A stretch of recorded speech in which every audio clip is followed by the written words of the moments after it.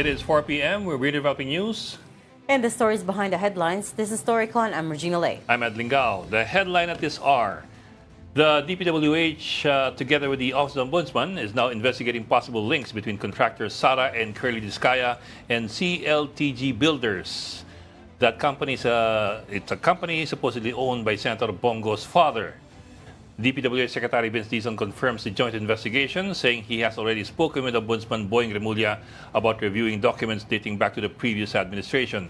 Dizon said the probe will cover infrastructure projects from 2016 to 2025 under the mandate of the Independent Commission for Infrastructure, stressing that no one will be spared in the investigation.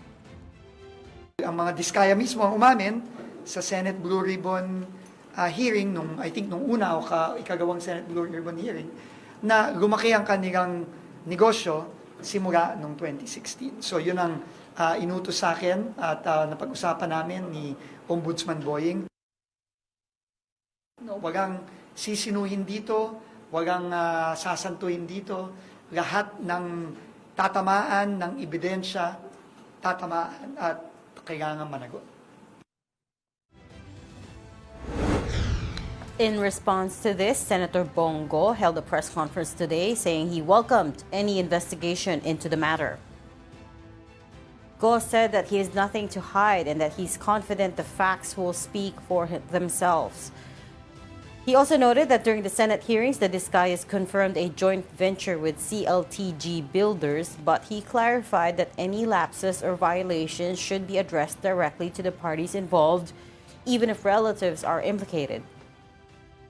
Na kung may pagkukulang, pagkakamali, kung anomalous o substandard, panagutin niyo, sinabi ko doon. Ako mismo ang willing po akong magkaso. Kasuhan natin yung mga dapat kasuhan. Kahit kamag-anak ko. Ano to? May cover up. Ano to? Para ilihis yung atensyon sa totoong may kasalanan. Hindi ko po kilala ang mga Diskaya. Wala po akong kinalaman sa kanila at wala po akong pakialam sa mga Diskaya. Kasuhan niyo. And here are the other stories we're watching this Thursday, October 16. The Independent Commission for Infrastructure is pushing for more than justice in flood control project anomalies. ICI Chairman Andres Reyes says restitution of misused public funds is needed, stressing that assets bought with government money must be returned to the people. He said this in a meeting with 18 government agencies, urging them to pool resources to recover stolen assets. A Mandaluyong court has ordered the Foreign Affairs Department to cancel the passports of former Philippine Sweepstakes General Manager Roina Garma and ex-Police Commissioner Edilberto Leonardo. That's over the killing of Wesley Barayuga in 2020. Preventive measures include a whole departure order. Garma and Leonardo were previously tagged as masterminds in the killing of Barayuga, a former PCSO board secretary. And on to the weather now. Pag-asa is continuing to monitor a low-pressure area outside the Philippine area of responsibility. The low-pressure area was last spotted at about 1,355 kilometers east of eastern Visayas and has a high chance of developing into a tropical cyclone. However, it will not have a direct effect on the country's weather. And joining us today from the Philippine Star, Editor-in-Chief Ami Pamintuan. Hi everybody, happy Thursday. Happy Thursday. Wala si Tito Ronald eh. Busy yata siya ngayon at meron siya mga ka-meeting. Oo nga. Oo nga, may mga tinext na ano, basta-basta. Secret meetings.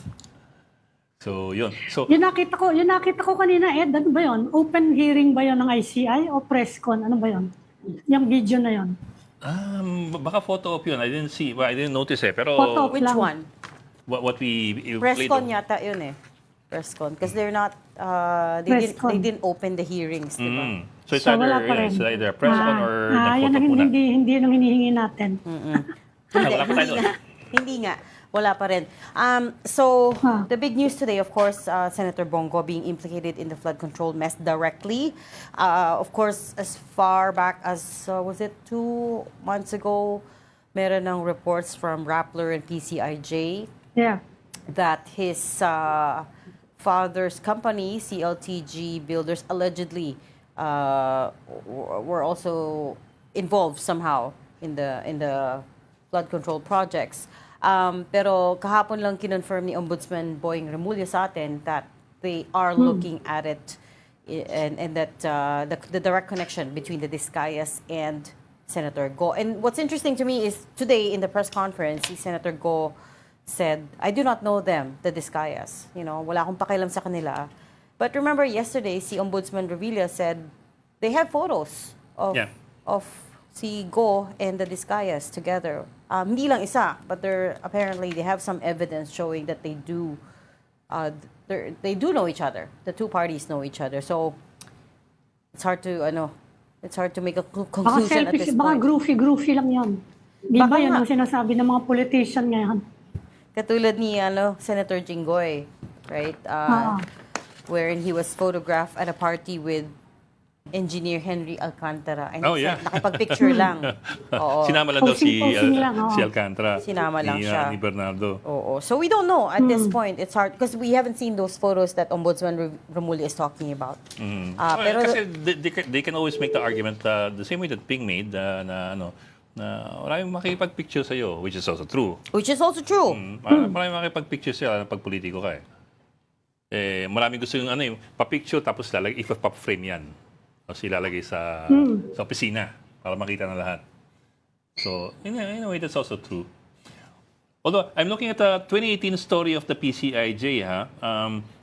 Actually, matagal na yung link na yan, di ba? And matagal na yung mga stories na yan eh. Far longer than 2 months ago. This one has no mention yet of the Discayas. 2018 September of the PCIJ, firms of Bongo Kin top contractors, many joint ventures delayed projects in Davao. 2018 pa yan. 2018 to. Okay. Yeah, I matagal remember. na yun talaga. I feel like I've read that. Oo nga. For his home region in Bailiwick of Davao Region, President Duterte gave the largest share of public works funds in the 2017 national budget. The first proposal passed under his watch. Yeah, it goes on. Wait, I'm looking for... To this lucky set of top contractors in Davao Region belong two entities owned by the father and the half-brother of Special Assistant to the President, Christopher Lawrence Bong Tesorogo, CLTG Builders. Coincidental. Yun yung CLTG. Sakto lang. Coincidental. Yun daw yung acronym. CLTG. CLTG Builders and Alfrego Builders and Supply. Last paragraph. The last one I'll read. CLTG Builders stood out in PCIG's research because all of its joint venture projects with big contractors in 2017 failed to complete projects by the original deadline. With just a B license, or B Bravo, with just a B license, the firm could not have implemented the big ticket projects it won in 2017 without having a partner. And now we're finding out the partner was allegedly St. Gerard, right? Because that's the premise that the authorities are working on at the moment, which is that the CLTG Builders, baliktad. It was St. Gerard that really became big in between 2016 to 2017. Again, sinabi yan sa atin ni Ombudsman Remulla yesterday. So it'll get more interesting as we go along. The video pala that we were showing just now was of Sara Discaya at the ICI, at the headquarters of where ICI operates in Taguig City. And evidently, parang they're trying to evade the media now. So sometimes yung convoy nila would go circle the block a few times. Or she would change Hindi na cars. sila tell-all eh. Yun nga yung Wala nang tell-all plus. No more tell-all minus na ngayon. Oo nga eh. So yung reporters natin were saying that hinahabol talaga nila because they don't stop at the main entrance anymore. Now they're being sneaky about it. So the cars would circle the block a few times or dun sa likod binababa or sometimes Kaya nga kung public hearing ba naman yan, hindi tayo naghahabulan and hide and seek. Yeah. But that's going to make it more difficult for them to apply, if at all, for state witness. Kasi to be fair about everything, you're not yet at the point where you decide whether somebody is a state witness or not. I mean, that's not even Sa korte that's a yun, court call. On recommendation usually of prosecutors. On recommendation. Oh, but at this early stage, it's too early then for them to to play hardball and do that. Well, it's been ruled out effectively at this point by Ruled out na, oo. Ombudsman Remulla, di ba? I mean, you asked that question. Yeah, ruled out na siya. Di ba tinanong natin kahapon? Ruled out na. Yeah, but there were also words that Remulla said that appeared to to give a bit of a qualifier. Na let's see, and for Hindi, now, depende may mga nga ganun sa siya minsan korte. Yung let's see niya parang sa korte, di ba? Oo. And also, it all depends din kasi on how much they still have to offer. Kasi sabi nga ni Remulla, meron silang tinatago. Meron silang pinaprotektahan. So, if it comes to, if push comes to shove and they spill more beans and they like the beans, well, Hindi, sinabi naman ni Remulla, they don't need their testimony. Di ba? Kaya, Yeah. kaya But you know how to say, it's actually, yun din ang medyo takbo nung kaila Babe Singson Meron naman kami mga pinangahawakan na iba Pero it's also kung part of ayaw nyo, negotiations. kung You play hardball sakasakali and na you bluff. Hindi, kung sakasakali mag-state witness yan, partial immunity lang yan. Hindi nila kayang Di ba sinabi na nga ni Ombudsman kahapon, naparami kasing kaso. Yeah. Parang yan din yung pinupush na ni Napoles Sa dami ng kaso mo, ang hirap-hirap mong they're looking for a light sentence o yung to evade imprisonment. Hindi pwede mangyari kung yun ang gusto mo. Well, Napoles is different in the sense that it only involved the Napoles network. This one will probably involve much more than just Sobrang the laki. Diskaya network. Sobrang laki. Saka Kasi it could maraming be nationwide, offenses daw, di ba? Yeah, Marami daw offenses kaya ang hirap-hirap mag-negotiate for complete immunity and freedom from imprisonment. Hindi pwede yun And you're also looking at how many? 123 engineering districts of the project DPWH. yan di ba? Per case yan Hindi yan naman yung isang tao. Isa lang ang kaso mo. Per case yan, kaya ang dami-daming case niyan. Per project yan. Ilan na yung binanggit sa ating project na flood control hindi nyo tinapos. Tapos yung pa sa budget insertion. Yung pang malversation, di ba? Tax evasion pa. Kaya medyo komplikado talaga siya. Oh, you know what I was trying to press Remulla for yesterday? Anong timetable niya for Zaldico? Kasi parang everybody's calling for His return. And not just that, kasi for his return, you have to have things moving in the courts. A case. Which means filing a case and moving it forward and then having an arrest warrant issued. That's the only time you can really demand his return judicially. But he's already said that he doesn't expect Ko to return. And he said they are already looking or building up a case for malversation against former Congressman Ko. Yeah. So, although hindi siya nag-commit sa timeline, I expect that that's moving along. Gumagalaw naman. And one of these days siguro, that Because could be filed. that's what everybody's impatient over. Na parang, si Ko, ang tagal nang hinahanap ng lahat. Parang, wala pa rin kaso. At therefore, wala pang kaso. Wala pang warrants. And sabi nga Bakit ni Remulla, you wanna be careful about what case you file. Kasi Correct. once you file the case, aandar na yan. And the problem in the past was the cases were weak. Yeah. So, nalulusutan. Yeah. Right? And that's why they're trying to be careful now. So that's a push and pull. Pagka-file ng kaso, malakas na yung kaso on its own, and there can be a conviction. What's that certainty of conviction ang kanilang parating hinahanap before they file a case. Yun yung standard, the certainty Yeah. of conviction. And by the way, Sinabi naman niya malalakas yung di ba? Sa umpisa pa lang, nakikita na niya, malakas daw yung case for conflict of interest, which is part of yung sa anti-grafttion Sa anti-grafttion, saka dun sa conduct unbecoming, yung dalawang Republic Act yan, criminal offenses yan pareho. Kahit yung malversation, malakas yun na case natin actually. That's a strong offense under our law. Kaya kung sakasakali, tatlong offenses na yon. Tapos per case din yan. Sabi nga niya, Di ba? if it needs to go in that direction, kahit do it through tax evasion, due to tax Oh, evasion. yun. Parang Al Capone solution. Hindi yung conflict of interest, malakas din yun. Anti-graft yun eh. And mabilis lang naman improve yung conflict of interest.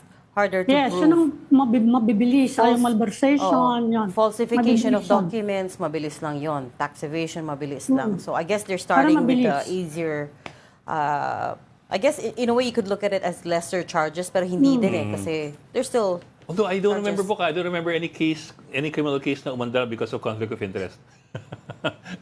Pero Hindi, yun lang, na conflict of interest lang. anti-graft yun. Kaya nga, but in the end, Magiging anti-graft proof. Ayan, meron tayong guest na abogado. Tanungin natin. pero trivia lang ha, si Ombudsman Remulla, we spoke to him yesterday, di ba? And that's when he first said that, yes, they are looking into the direct connection between Senator Bongo and the Discayas. And sabi din niya that he believes they do know each other kasi they have evidence showing that the Discayas had known Senator Go even before.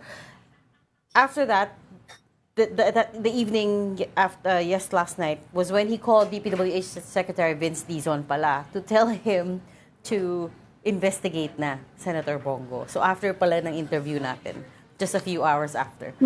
Si Ami kasi, tanong na tanong. Oo nga.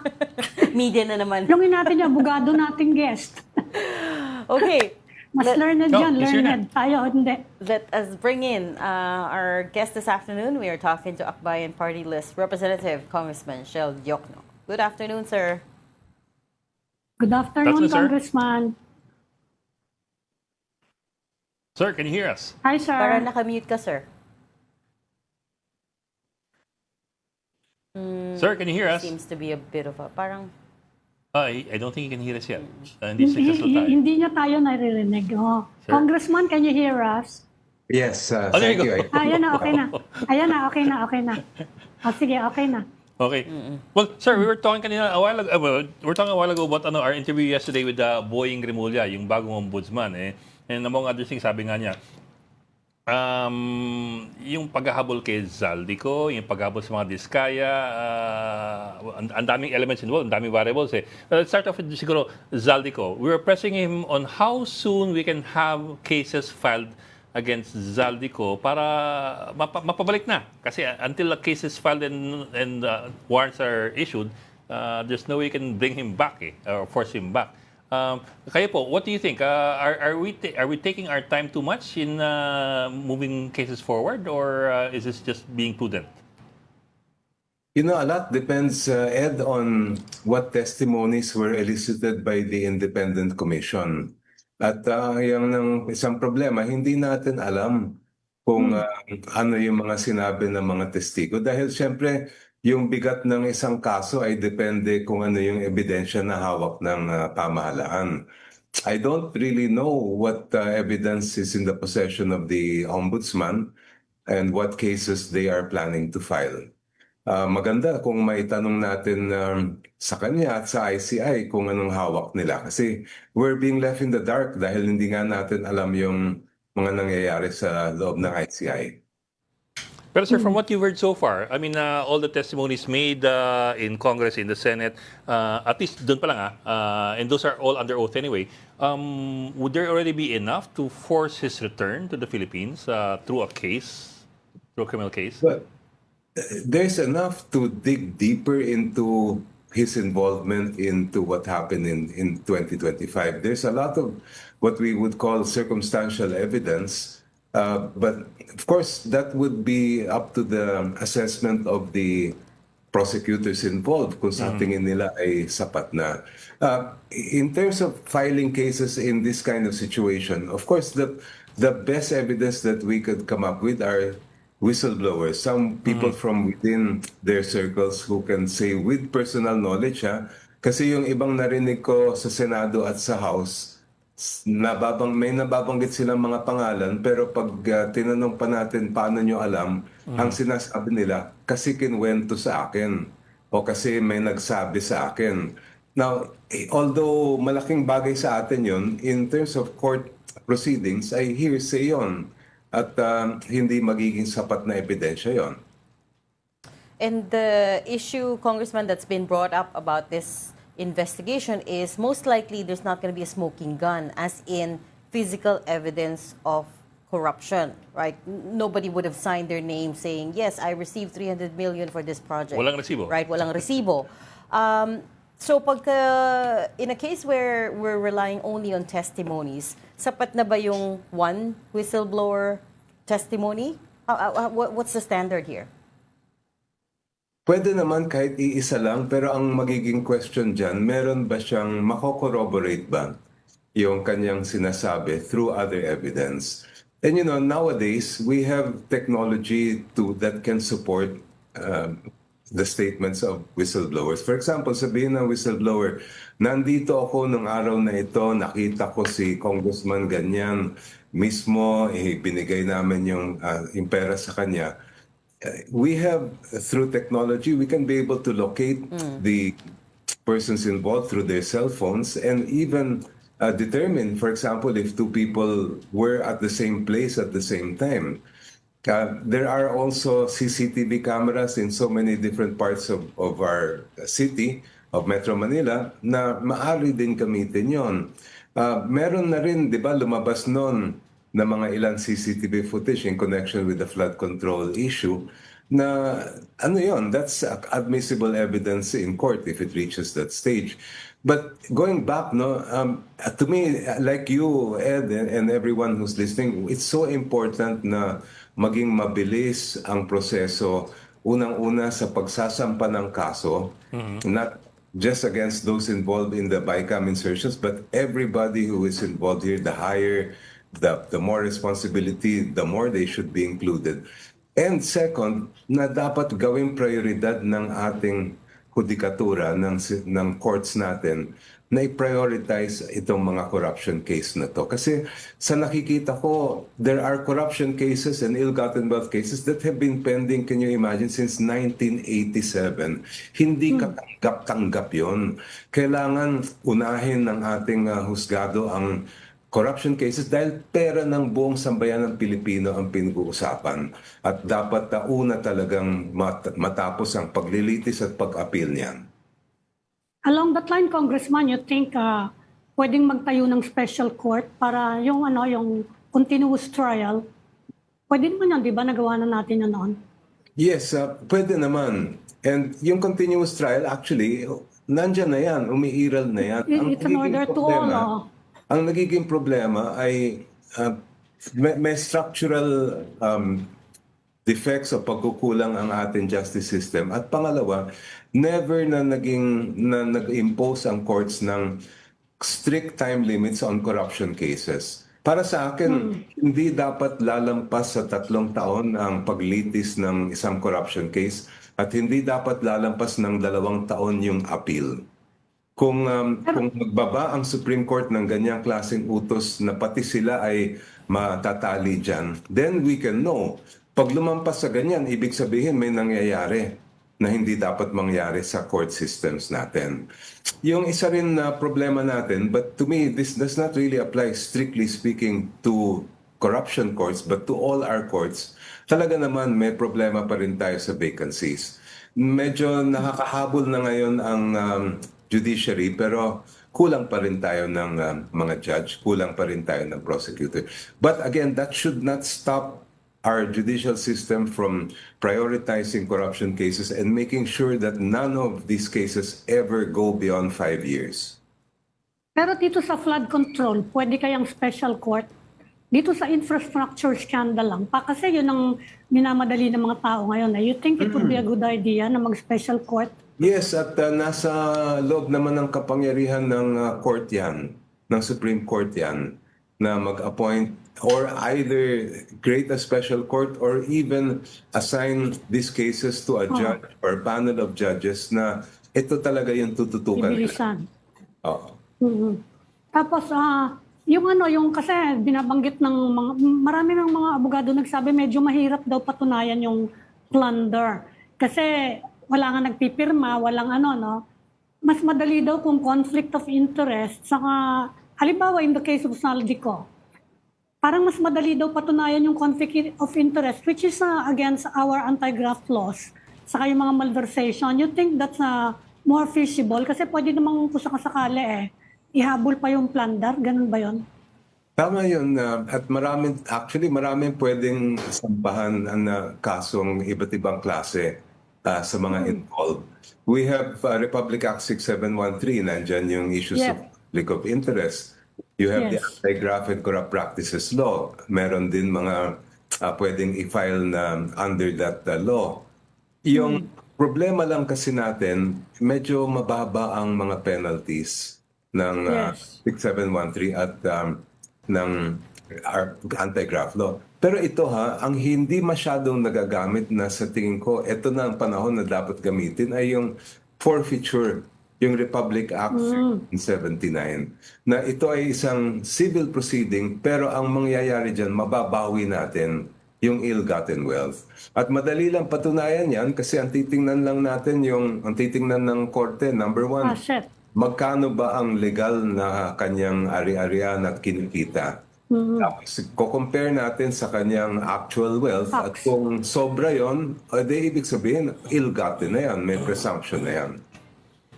Although, sir, the same law was also used to recover the Swiss bank accounts of the Marcoses.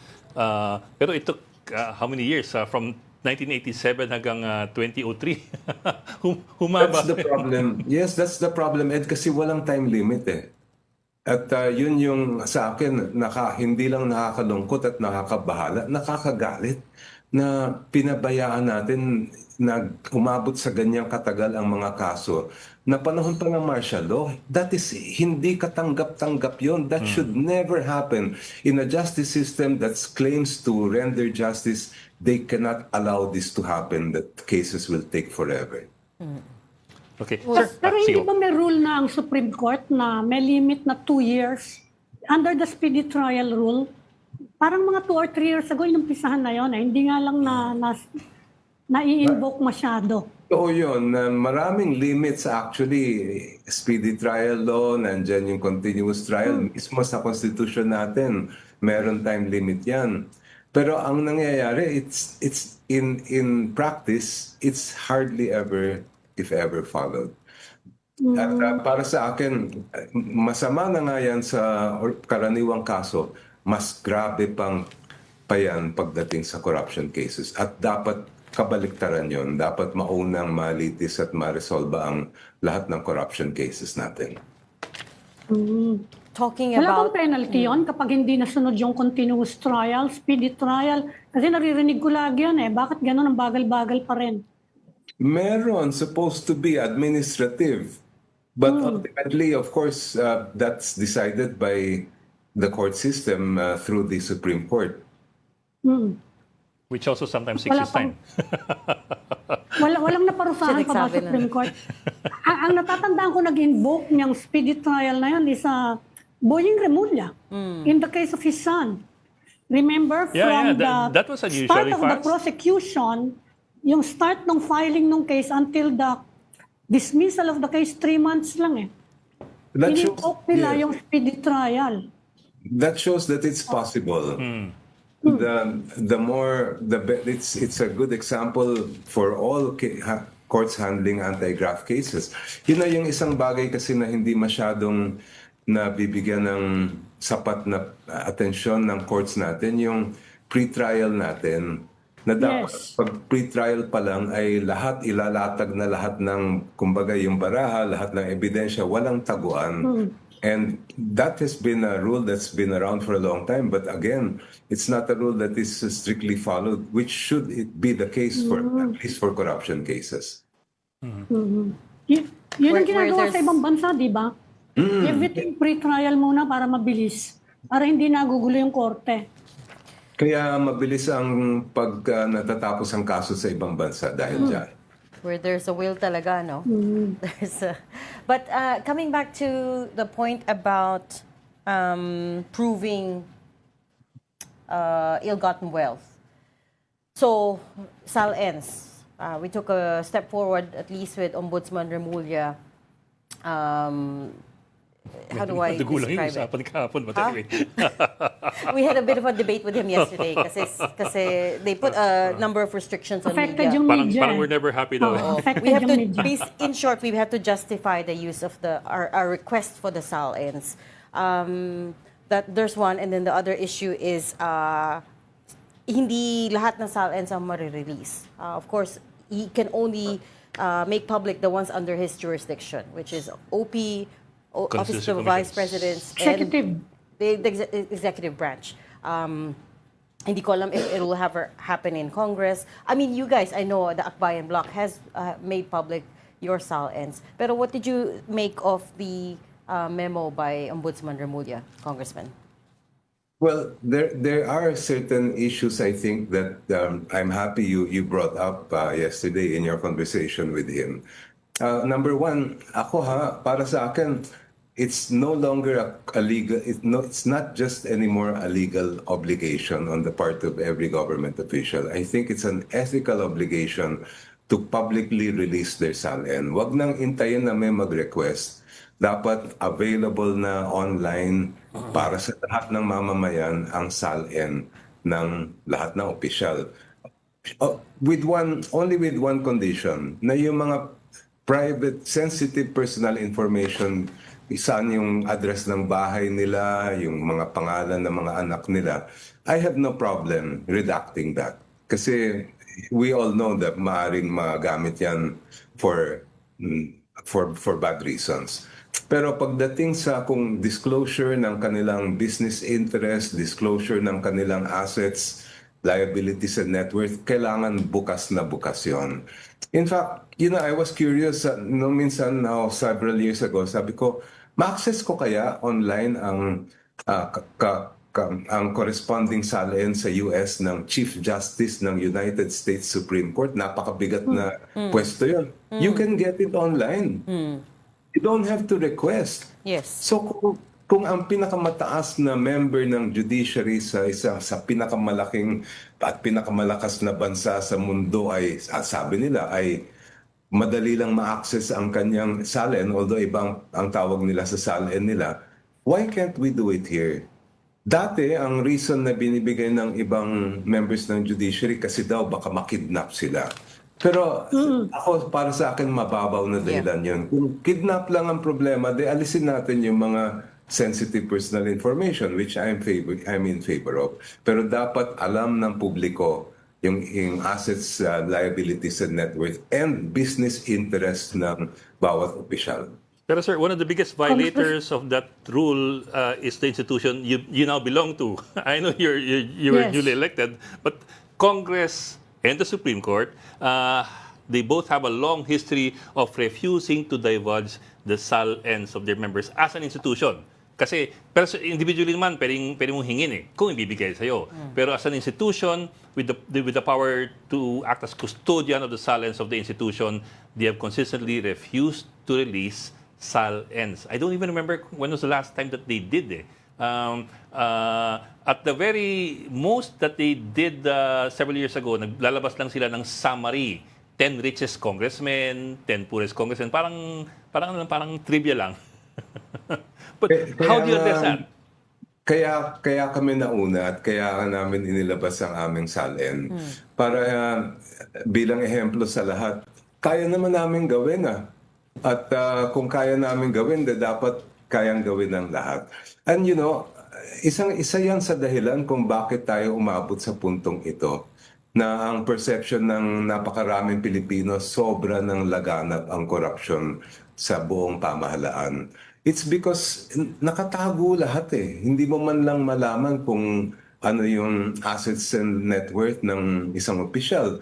O di mas madaling magnakaw kung ganon.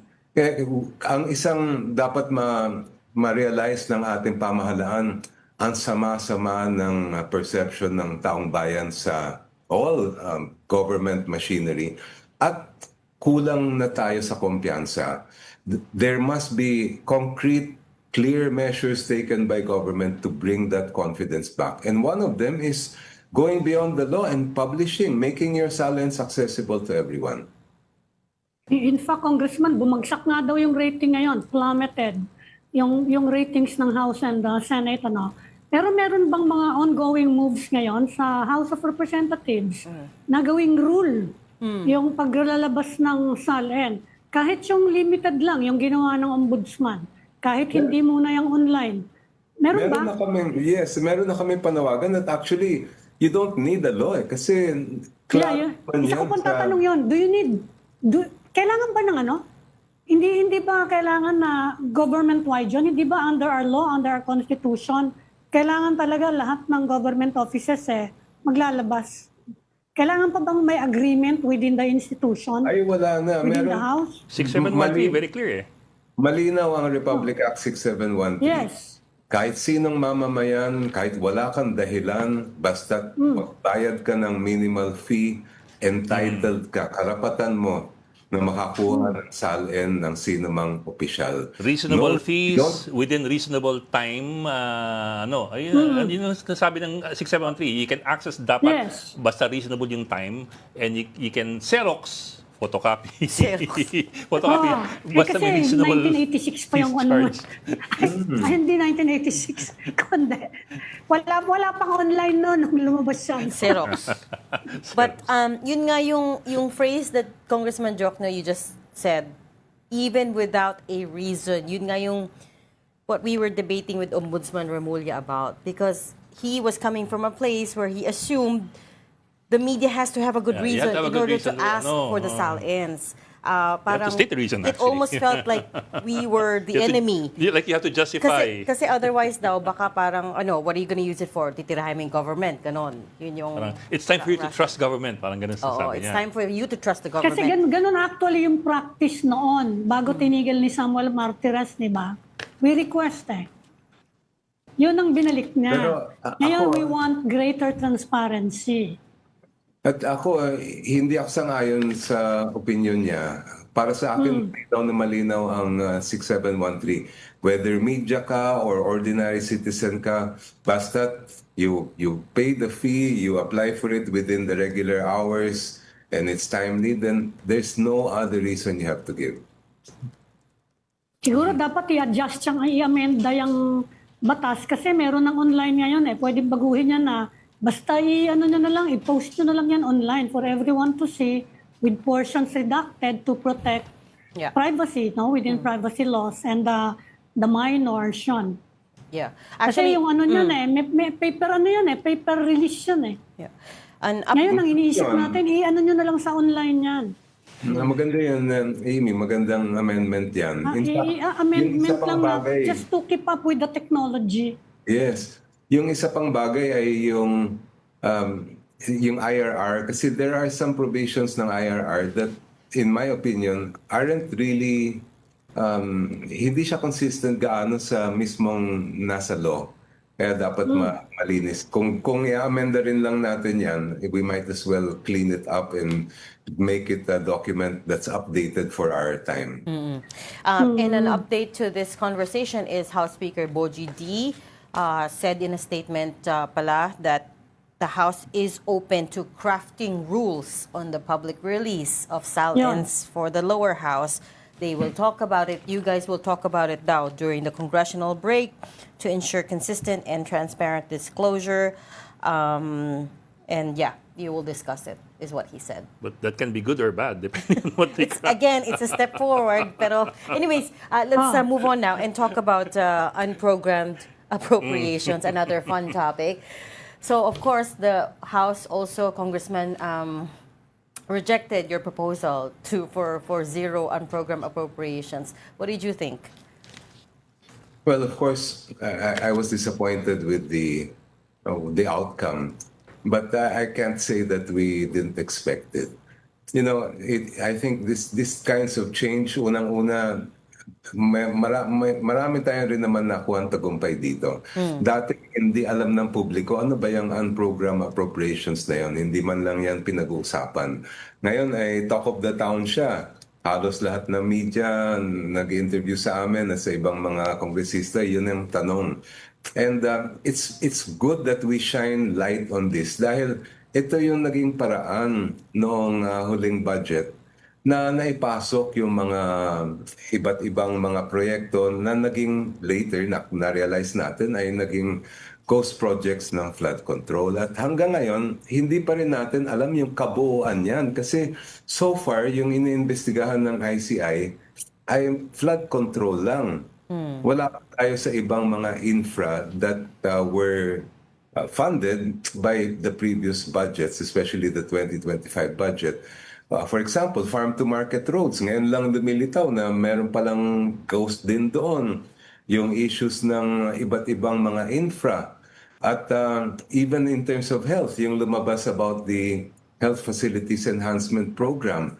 Itong mga bagay na ito really are a wake-up call for the entire government that the government has to take drastic measures to really make sure that this don't happen again. And one very good measure could have been the zeroing out the unprogrammed appropriations. Kumbaga, clean slate, mula ngayon, sige, kung kailangan natin magbalik ng unprogrammed in the future, let's do it the right way. Because when you look at it, prior to 2022, while there were unprogrammed, never siya umabot sa ganitong kalalaking bilyon-bilyones na hundreds of billions na nilalagay nila dyan. Second ay yung marami doon ay nangyari hindi during the NEP, hindi during the Budget Deliberations House, kundi sa BICAM na. BICAM. Yes. And third, when at least ngayon sabihin natin at ang sabi ng Mayorya, bumaba naman daw yung halaga, nasa 250 billion or 240 billion compared to last year, which is much higher. But nonetheless, they said that if you look at it, the bulk of that 240 plus billion are foreign assisted projects. Now, foreign assistance projects don't happen overnight. Matagal yan pinag-uusapan, matagal yan pinagpaplanuhan. So, dapat yan, big ticket yan, dapat nasa regular budget yan. Unang-una para ma-scrutinize ng Congress, pangalawa para maayos pati yung paglabas ng pondo. Because it's only when they're programmed, that's why it's called program, that money is already set aside for the use of that project. Ngayon, ang sabi sa amin nung inilabas namin yung issue na yan, kasi daw, hindi daw umabot sa deadline yung pag-submit ng papers ng Executive Department, kaya hindi nila nailagay sa regular line items at nilagay na lang sa unprogram. Ako, para sa akin, napakababaw ng dahilan na yan. To me, are we rewarding negligence on the part of the Executive Department? Or are there other motives involved? If they wanted to clear the air and make sure that there's no other issues involved, then dapat nilagay na nila sa program, regular budget yan. In fact, Congressman, yung mga donors, no, yung donor community, karamihan sa kanila, kapag nagbigay sila ng ODA, meron silang monitoring yan quarterly. Ganyan kahigpit sa mga yan, yung implementation ng project na pinupondohan ng taxpayer nila. Kailangan meron silang report quarterly. Ano nangyari dito sa ano natin? Kaya medyo nagugulong kami. Bakit tayo walang counterpart funding? Nasigurado, hindi ba? That's one issue actually. It's being talked about now in the yung ano natin dito, yung diplomatic community na may problema sila. But anyway, I'm going to ask you, ano pong tingin nyo dun sa depensa naman ng Malacanang na hindi daw pwedeng walang unprogrammed appropriation? Talaga ba pwede yun? I mean, tama ba yung argumento na yun? Hindi daw pwede. Ako'y nagtataka kasi I came across in early August an interview by the President himself where siya mismo ang nagsabi, ay naku, mga foreign assisted projects, dapat nasa regular budget yan. Siya mismo nagsabi nun.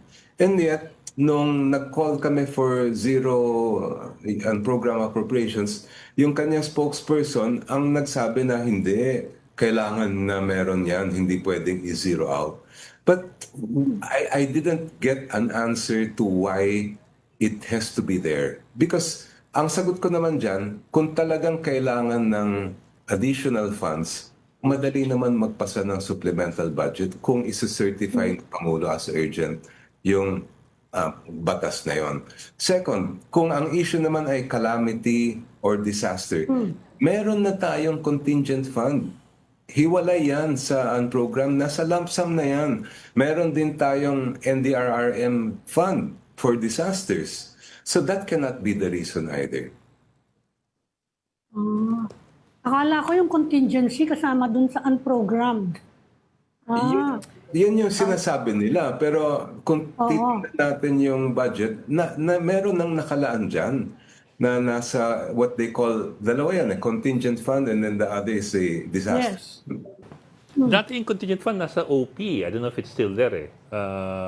Remember that time? But Hindi, that may was a long time sariling ago. contingency ang OP.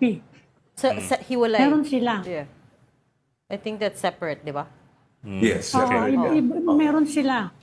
So kaya nagtataka ako, bakit kailangan mo na unprogrammed appropriations ostensibly for emergencies? But- Kung meron ng mga contingency fund din, yung halimbawa, Office of the President. But Congressman, is it also not true that yung unprogrammed appropriations, hindi naman talaga siya masama inherently? It's not wrong per se. Just like the word insertion and what's the other one that we were talking about? Amendments, errata. Yes, yes. It just took on a negative connotation because of this scandal. Pero the idea behind it, back in the day, was sound, right? Yes, ang noon kasi prior to 2022, for example in around 2016, 2017, 2018, meron yan. Umaabot lang yan ng mga around 60 billion at most, more or less ang amount. Ngayon, bakit may unprogrammed? Pang ano yan standby yan na in case may excess revenue, may na makolekta ang ating pamahalaan, doon gagamitin yung kung ano man yung ilalagay doon sa unprogrammed appropriations. But given the situation we have today, I don't think it's good fiscal discipline for the government to park 250 or 240 billion pesos worth of people's money in unprogrammed appropriations. Parang ang dami nating excess revenue, no? Oo. Pero always having a shortfall, tapos ngayon parang ang dami And then excess revenue. at the same time, there's an idea to cut VAT, take it down to 10%. Tibo. No, I was gonna steer slightly away from unprogrammed and ask you what your assessment was of how Appropriations Chair Mika Swansing has been handling all of this. Because of course she's young, she's untested, and this is such a crucial time in the House, right? So how do you think she's been handling all of these budget hearings? Well, kudos to Representative Swansing. She really worked very hard. And I could see that she really did everything to make the budget process work. And hindi naman nila inatsapuera yung minority in the sense that we were given full leeway to interpolate and to question the different agencies and departments. Yun lang, we know that we're coming from the minority. Our views are very different and even our mindsets very different from the majority. Talagang kami sa minorya, lalo na ang the group we call the Reform Bloc, that's the Akbayan and some of our colleagues like Congresswoman Laila De Lima, we were absolutely shocked by what came out of the Senate and House hearings on the flood control. And since that related directly to the budget, we felt that it was so important that we have a clean, transparent budget where there is accountability. Kaya talagang pinupush namin yon. Now, syempre, ibang mindset ng majority. So there was a big difference of opinion, and that was shown eventually at the end by the votes that came out when we moved to zero out the unprogrammed appropriations. Yeah, fair Sir, enough. Congressman, kumustahin ko lang yung participation ng civil society. Di ba nagkaroon kayo ng mga observers during the budget process? Kumusta yung nag-participate ba sila o talaga nanood lang? Well, first of all, nagpapasalamat kami sa lahat ng mga involved na civil society groups. Grabe ang mga ginawa nilang trabaho. They were very, very helpful in pointing out the issues in the budget. And we also acknowledge that the the Committee on Appropriations did allow them to observe the hearings and proceedings. But meron pa rin silang mga hinaing kasi hindi naging buo yung kanilang pakikilahok at kumbaga outside the Colombo ang kanilang poll. Hindi man lang nabigyan sila ng sapat na panahon at pagkakataon na talaga mag-contribute sa proseso. It's a good start, but I think in the next budget cycles, more participation, real, concrete participation must be accorded to our civil society groups. Okay. So hindi sila nakapagsalita pala, hindi sila pinagsalita.